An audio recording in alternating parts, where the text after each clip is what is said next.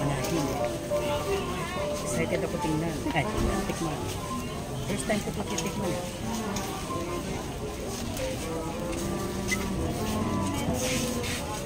Ang lamig! Kasi ice cream eh. Tapos, pag natunan sa dila mo, ang init! Ay! Ang init na! Lumalabas sa tenga ko yung usok. Cut! Si Minda naman, ang titikim. Okay. Go. Huwag ka sumimangot. Okay siya. Ang lamig, di ba? Lamig. Sige, sige. Pag natunaw na yon, pag natunaw na. Natunaw na? Tubig. Kaya ng tubig. O yan o, meron din palang ATM dito eh. ATM at the moment.